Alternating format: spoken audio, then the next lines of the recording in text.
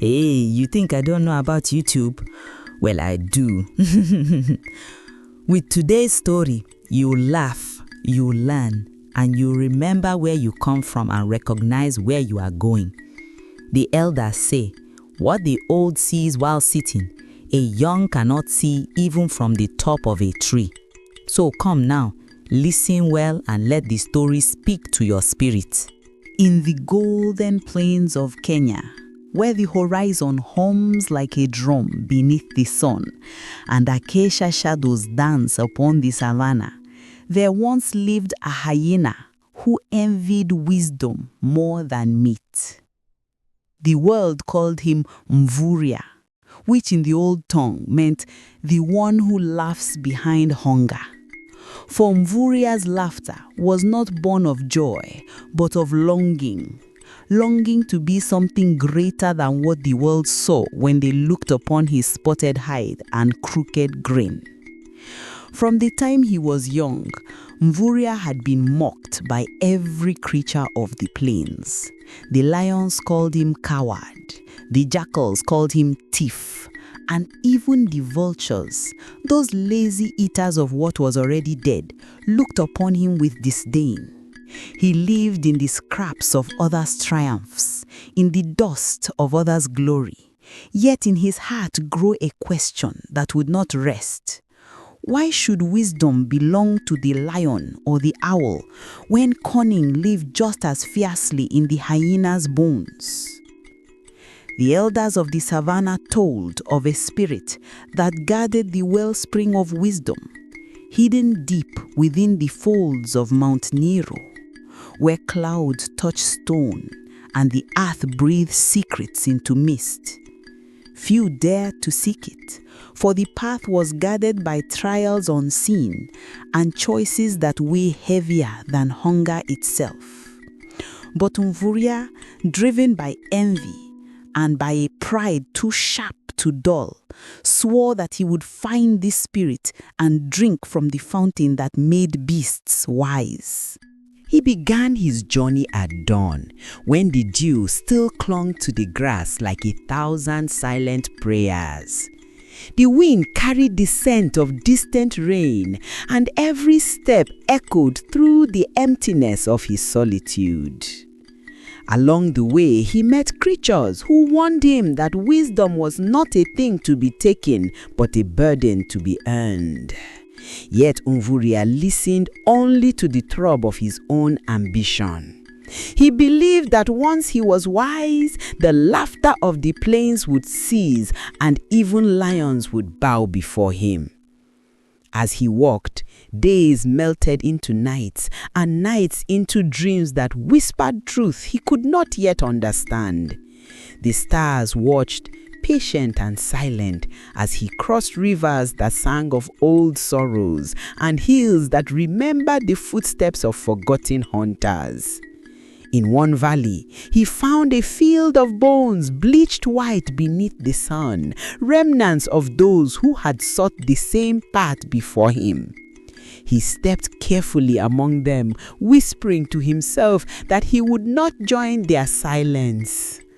Sometimes, when exhaustion took him, he dreamed of home, of the cracked laughter of his kin beneath the baobab tree, of nights filled with foolish tales and the smell of roasting meat. In those dreams, his laughter was pure again, untainted by longing. But each time he awoke, the sound slipped away like smoke. The further he traveled, the more he felt his old self fading, replaced by a shadow that followed closer than his own.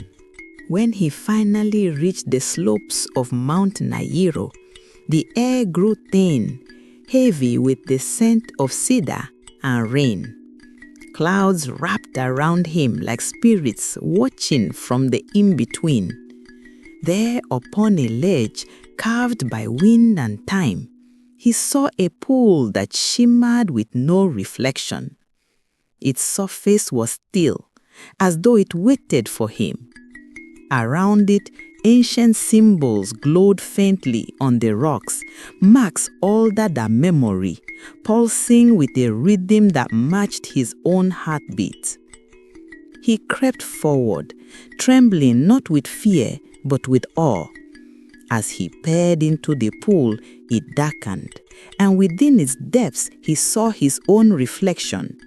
Not the hunched scavenger of the plains, but a figure of grandeur, sleek, eyes burning with knowledge, voice commanding the very winds. The vision filled him with hunger deeper than any he had known. He leaned closer, and the water whispered without sound. It promised that all he desired could be his, if only he would give something in return.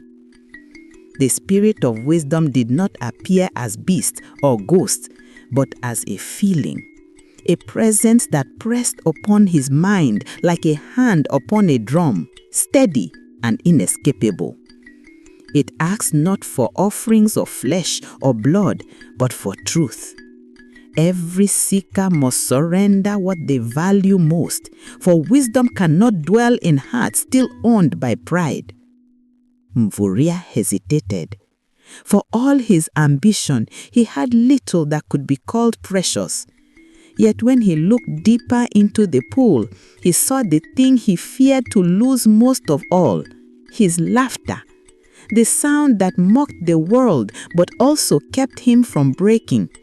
His laughter was his shield, his disguise, his only light in the dark nights of the plains. Still, he thought, what use is laughter if one is not respected? What good is mirth when others scorn you? So, Mvurya lowered his head and whispered into the wind that he would give it up. The air thickened, the pool rippled, and the chill passed through him like smoke through bone. When he rose again, his throat was silent. He tried to laugh, but no sound came. Only then did he realize that the spirit had kept its promise. The pool cleared, and its waters now glowed with a pale light. He drank deeply, feeling the world tilt around him. The first taste was sweetness. The second was fire. Images poured into his mind, stars being born, rivers carving their way through mountains, the secret thoughts of every creature he had ever envied. He saw how fear drives the lion, how loneliness stalks the eagle, how pride binds the cleverest of men. Wisdom flooded him until he felt he might drown in it. When it ended, he stood trembling, his eyes reflecting not the world around him, but the worlds within. He descended the mountain not as a scavenger, but as a creature reborn. The plains seemed smaller now, their noise hollow. He looked upon his kin and saw through their laughter to their hidden griefs. He looked upon the lions and understood their brittle thrones. Yet, when they greeted him, expecting his familiar cackle, silence answered. The animals grew uneasy. Even the air around him seemed heavier, as though wisdom carried a scent of sorrow. At first, he tried to share what he had learned. He told the zebra that beauty without vigilance was a snare, and the buffalo that strength without mercy breeds ruin. But his words, though true, carried no warmth. The others listened and turned away. They said the hyena had gone mad, that he spoke in riddles and walked like one haunted by ghosts. His silence, once a choice, became a curse. Seasons passed, and the rains came late again. The herds thinned, the river shrank. The animals turned against one another in their desperation. Mvurya watched it all, knowing that he could warn them, guide them, but his voice had lost its laughter, and without it, none would listen. In his wisdom, he saw the shape of their doom, and in his sorrow, he saw his own reflection within it. There were nights when he lay beneath the stars, listening to the crackle of dry grass and the soft murmur of the wind, and he wished for foolishness again. He longed for ignorance, the sweet blindness of those who still found joy in small things. He began to understand that knowledge without joy is a wound that never heals, a light too harsh to live beneath. And in that realization, something shifted inside him, fragile and human. One night, under a sky torn open by lightning, Mvurya climbed once more to a high place and howled soundlessly at the heavens. In that moment, the spirit returned, unseen but near, as if the mountain itself had followed him down into the plains. It asked him what he had learned, and though he could not speak, his heart answered. Wisdom, he now knew, was not a crown to be worn, but a weight to be carried. To be wise without love is to see without meaning. The wind moved through the grass like breath through old songs. The spirit told him that every gift has a cost, but every cost may yet find redemption. It could not restore what he had surrendered, for laughter once given is never the same when returned. But it could grant him a choice, to use his silence to serve others, to become the quiet that listens when all else is noise. So Mvurya began to walk among the desperate, helping where he could without words. He guided the herds to hidden waterholes, led the hunters away from their own traps, and stood watch through the nights of famine. Slowly, the animals began to notice that where he went, survival followed. They began to call him the keeper of stillness, the one whose silence spoke louder than the lion's roar. But deep within him still lingered the ache of laughter loss. In dreams, he wandered through echoes of his old self, hearing faint giggles carried by wind and memory. He missed the joy of foolishness, the careless song of being alive. Yet even this longing became part of his wisdom, a reminder that every light casts shadow. Years turned like pages in a story only the land remembers. Mvurya grew old, his spots fading like the dusk. The savanna healed, the rains returned in rhythm. And one night, as the moon climbed full and heavy, he lay upon the earth and felt peace stirring in his chest. Around him, the plains shimmered with the soft hum of life renewed. The animals gathered, not out of fear, but respect. They did not laugh at him now. They listened to the silence he left behind.